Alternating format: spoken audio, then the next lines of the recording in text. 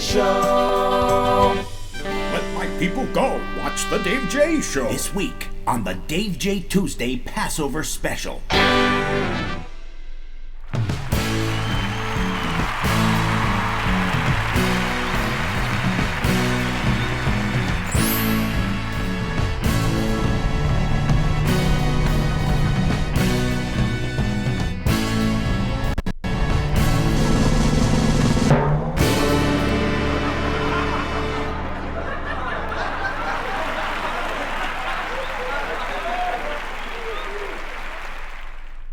Hey everybody, it's your old pal Dave J from New York City. Songwriter, performer, storyteller, characters. It's Tuesday, March 30th, 2021. Happy Passover, one and all. Yes, so it has been written and so it shall be done. Today we are presenting our Passover special. Yes, 40 years of fun in 20 minutes or more or less 20 minutes. Anyway, we are very excited to greet you here today. We want to welcome you. We want to ask who you are, what you're doing, where you are, how you celebrate Passover, all in the commenter section below. There's some of you who don't know much about Passover. In fact, some of you say to yourself, why is the Jewish holiday we celebrate every year around this time called Passover? Well, you say to yourself, were the Jews passed over for the big promotion at work? Nope, that's not it. The word Passover comes from the 10th plague in the Passover story, and you'll be hearing more about this shortly, in which the firstborn sons of the Egyptians were killed. The Israelites, or Jews, were spared from the plague because Moses had told them to mark their doorposts so that the angel of death would pass over them. So you may wonder to yourself, was Dave's experience with Passover, what was that like? How did Dave learn about Passover? Well, I went to Hebrew school, but what really made it fun is when we used to get together with both sides of our family for a Passover Seder, mom's side and dad's side, for a special dinner service. I loved going to both growing up, but it was really my mom's side that I enjoyed a little bit more because these cousins really loved to laugh and to make each other laugh, and the solemnness of the tradition of the service was enough to set up and get us giddy, and we really enjoyed the whole thing because of this as we honored our long-standing traditions. And so there's just a little personal scoop from me to you about my whole growing up with Passover, but we want to introduce those of you who don't know that much about Passover to more about Passover. One thing we did do at the Seder is we would wear the skull cap, if you will, the yarmulke, or as it's written, yarmulke. And we have for you today something very special. We have the Dave J Tuesday yarmulke. Here it is. And you can now look at the top of the commenter section and go to that link and print out your own Dave J Tuesday yarmulke. Yarmulke, I'm from the Northeast. I say yarmulke, but it's actually spelled yarmulke. Yarmulke. I can't even pronounce it. It's got milk in it, I think. Yarmulke. Close, but no cigar. And then you can cut it out along the dotted line like it's a coupon and affix it to the top of your head. Fortunately for me, I have the yarmulke from my, it says right here inside, can you see that? Or maybe not. It's from my brother and sister-in-law's wedding. So there you go. I'm going to wear this yarmulke today. And we're going to get to it. Here's another look at the yarmulke, and then we're going to get into the Passover story. Ooh, very nifty, isn't it? I love the satiny ones. You may be wondering, why do we celebrate Passover? Well, here with the story of Passover is Rabbi Chuch. I wasn't doing anything important. Hello, everybody out there in Dave J Land. Rabbi, is that a winter scarf you're wearing? You'll forgive me, I forgot my tallis. Why do we celebrate Passover? The first Passover happened long ago in the faraway country of Egypt. A mean and powerful king called Pharaoh ruled Egypt avoid that the Jewish people would one day fight against him, Pharaoh decided that these people must become his slaves. The number you have dialed has been changed. As slaves, the Jewish people worked very hard.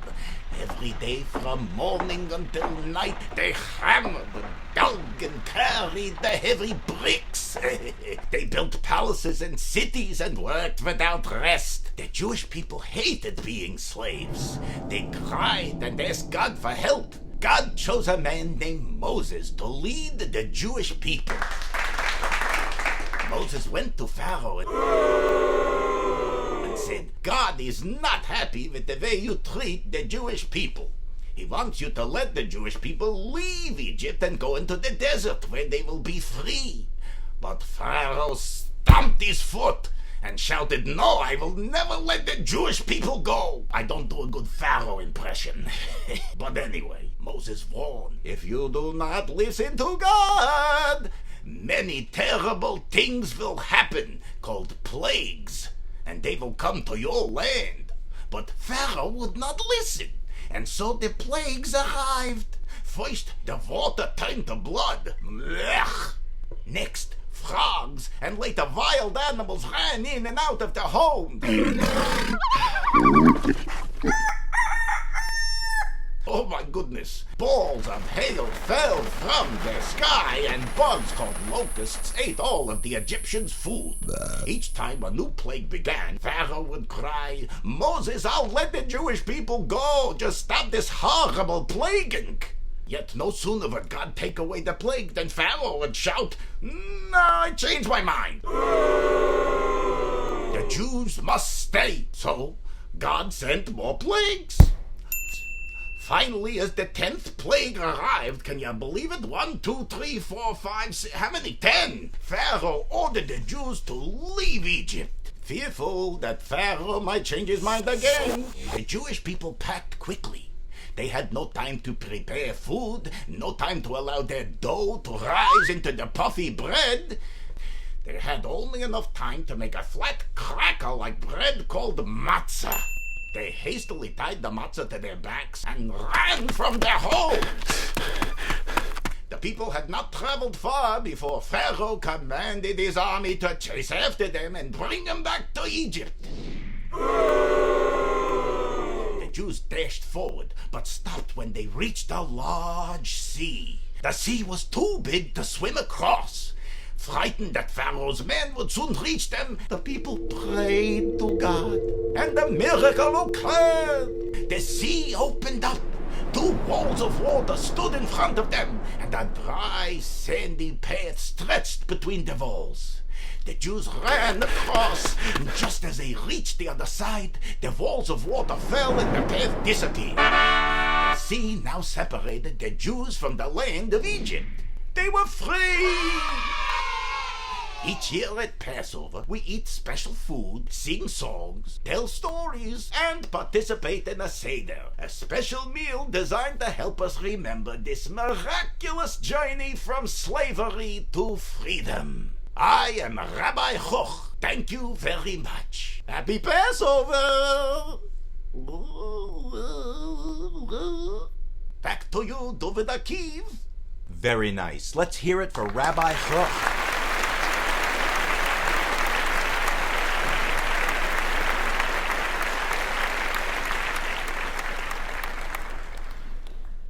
Is it me, or do you get the sense that Rabbi Choch is a huge John Lennon fan? Yeah, I definitely think so. What do you think of that? I think Rabbi Choch loves John Lennon. Okay, I'm sorry, okay? I didn't mean to offend you, Rabbi. You did a lovely job telling us the Passover story, but you gotta admit, you look a little bit like a rocker, huh? Have you ever been compared to any other kind of rock and roll star? A little boy stopped me on the street, thought I was with ZZ Top. I don't know from it.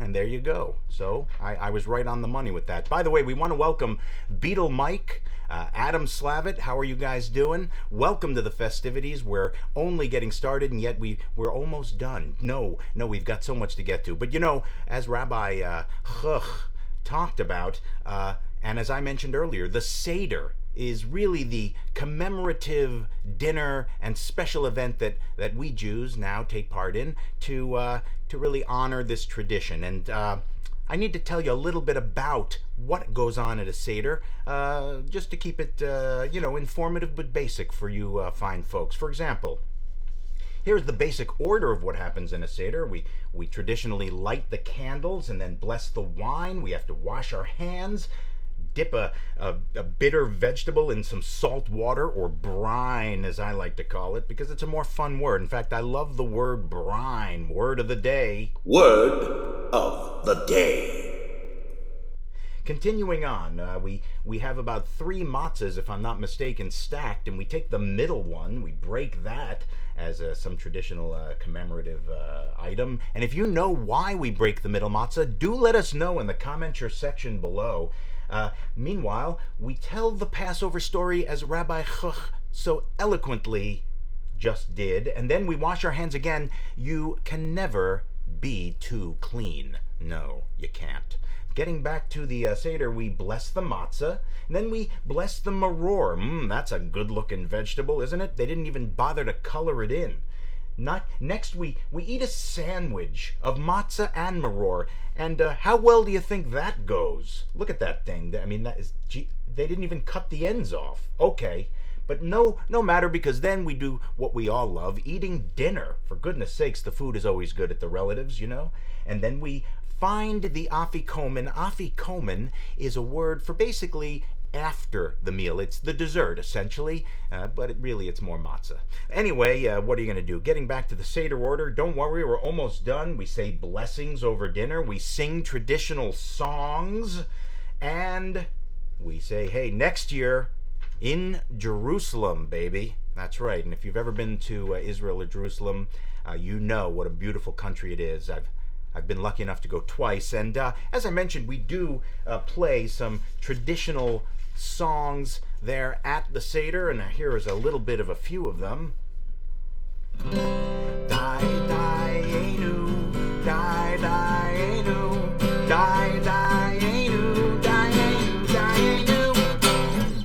There's a little, and we do that over and over. And I remember Billy Crystal had a great stand-up routine where he was singing that, and he went, "One for the building fund, and he kept on. It was he was a great stand-up comedian.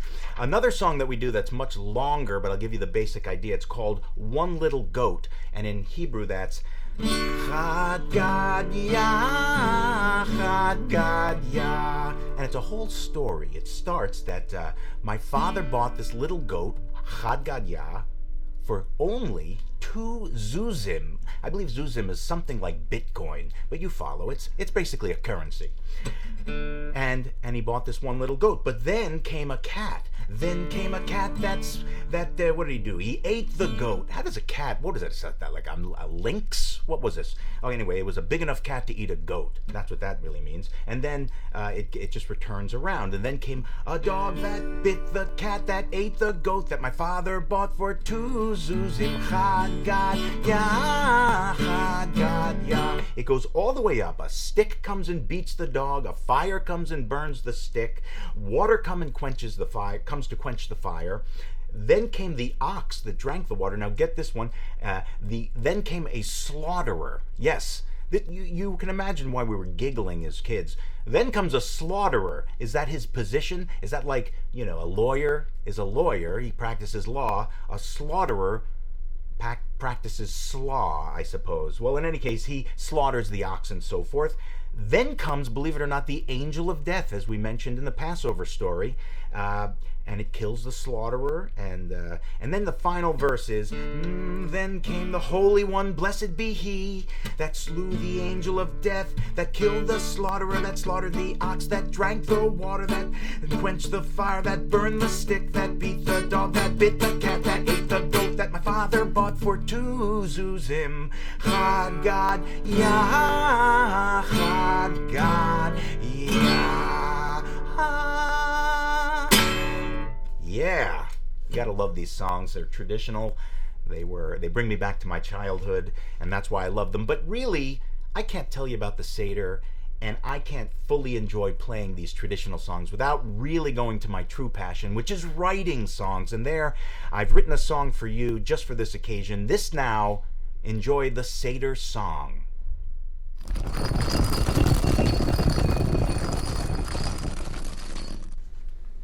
The Seder Song, the Seder Song. It won't be long before you hum the Seder Song. First we light the candles, then we bless the wine. Then we wash our hands and dip a veggie in some brine. Break the middle matzah in all of its glory. Then we're all regaled with the Passover story. The Seder Song, the Seder Song. It won't be long before you hum the Seder Song. Wash your hands again before the matzah's blessed. Next we bless the maror, in case you hadn't guessed. Eat a sandwich made up of matzah and maror. Watch it break apart and fall upon the floor. The Seder Song, the Seder Song. It won't be long before you hum the Seder Song. The best part of Passover, friends and family. Thanks to God by way of Moses we were finally free. Seder Song, the Seder Song. It won't be long before you hum the Seder Song. After eating dinner, find the afikomen. Doing so provides a great financial omen. Blessing over dinner, then we start to sing. Many songs to choose from, the one I like to bring.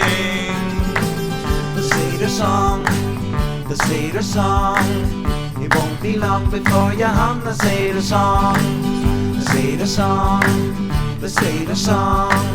It won't be long before you hum the Seder Song.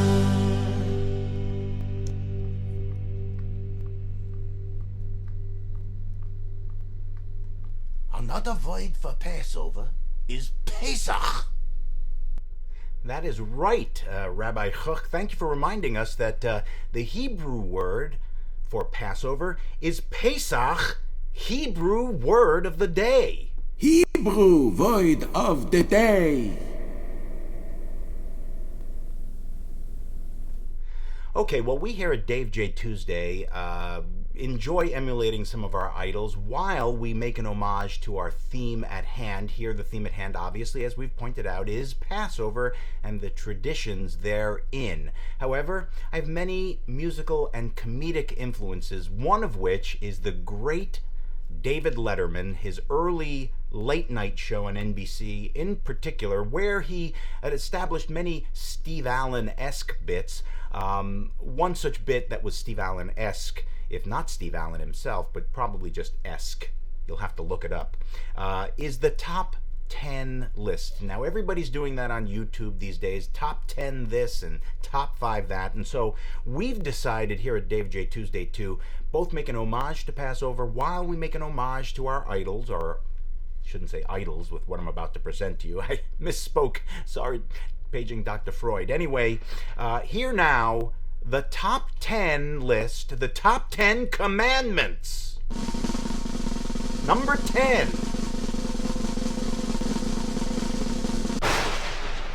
Thou shalt not covet. I don't want to see anybody coveting out there. You? Are you coveting? Don't get over there. Don't let that guy covet. Okay, let's continue on, shall we? Number 9. Number 9, top 10 commandment. Number 9 is, thou shalt not bear false witness. No. Number 8. Thou shalt not steal. Number 7. Thou shalt not commit adultery. No way, no how. Number 6 of the top 10 commandments. Thou shalt not kill. Unless you're a comedian, I suppose then you get some kind of special dispensation. You got to kill the room. It's just an expression. You'll forgive me. Don't smite me down. I'm just trying to inform and entertain the people. We have an understanding. Okay, where were we? Number 5.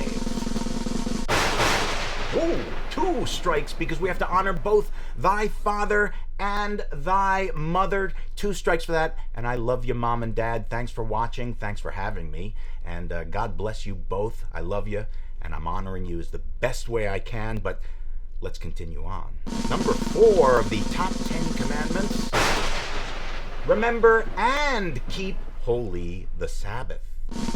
Number 3. Oh, there it is. Thou shalt not take the Lord's name in vain. You know who you are.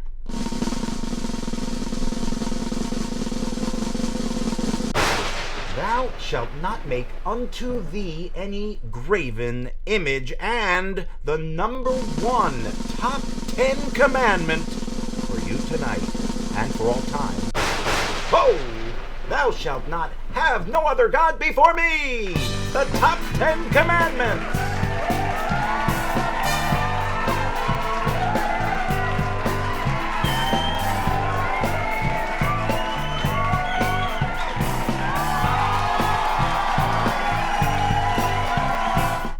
Now, on a serious note, I think it's important to remember the top 10 commandments because, after all, our entire society, at least here in America, is built on Judeo-Christian values, and the 10 Commandments are at the heart of that.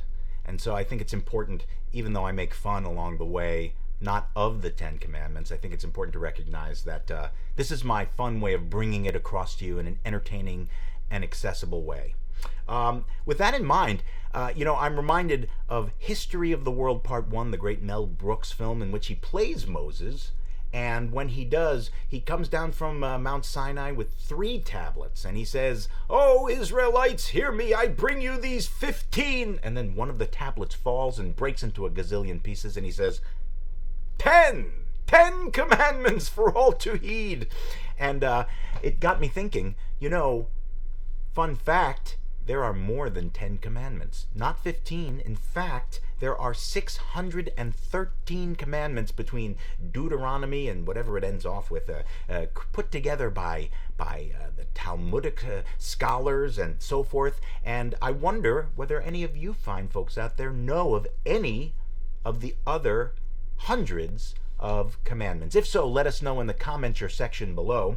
I can start you off a little with a few that you may not have been aware of. For example, did you know that number 183, true, this is not a gag, these are all true, not to eat non-kosher flying insects? Yeah, they may have been reaching for a few extra commandments to get in, but that was one of them. I myself don't eat flying insects, but if I did, I would make sure to eat the kosher ones. Now, number 189 is to not benefit from an ox condemned to be stoned. So would an ox have done something so terrible in the ancient world that they'd have to stone it to death? But yes, 189 right there for you. Now, one more for you. The number 191 is to not eat a limb torn off a living creature. Now, I've watched too much zombie apocalypse stories, but goodness gracious, if you're that hungry that you're going to tear a limb off of a creature, you really would be breaking, you'd be sinning. You'd be breaking a commandment to do so. So I'm sorry to say, but good to know, right?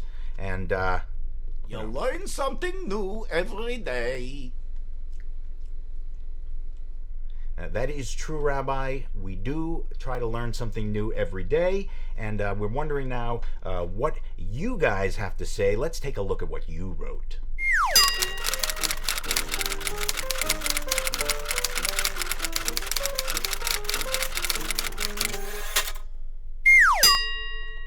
Okay, well, we want to thank you again for coming to the broadcast. We have Jamal is here. Hey, buddy, how are you tonight?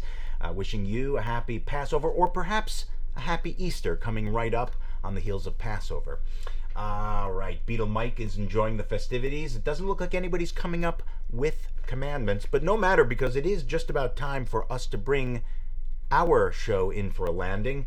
We've tried to inform, we've tried to entertain, and it brings me back to high school when I was on the morning announcements doing shtick left and right. That was my thing. It's always been my thing to entertain since I was 6 years old.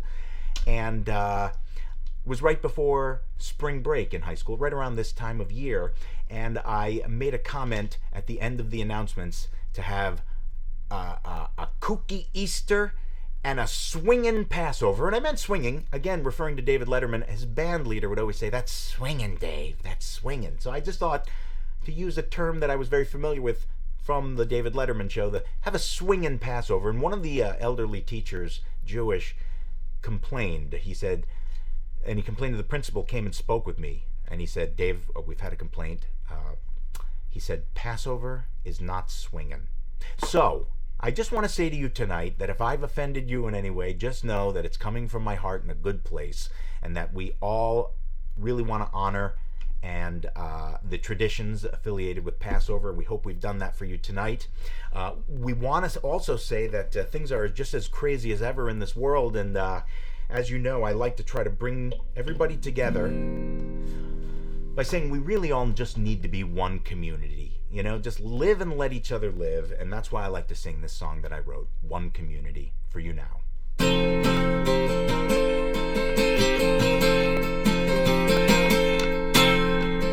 Why can't we be one community? Why we always break it in three? Why can't we be one community? I'm talking about you and me. Put down your dukes and pick up the pieces of your life. Put down the nukes and the gun, rope, tongue, missile, bullet, knife.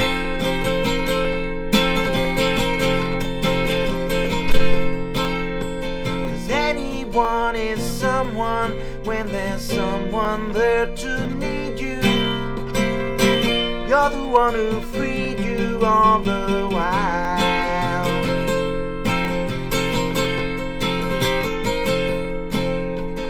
Why can't we be one community? Why can't we be one community? Why can't we be one community? One community.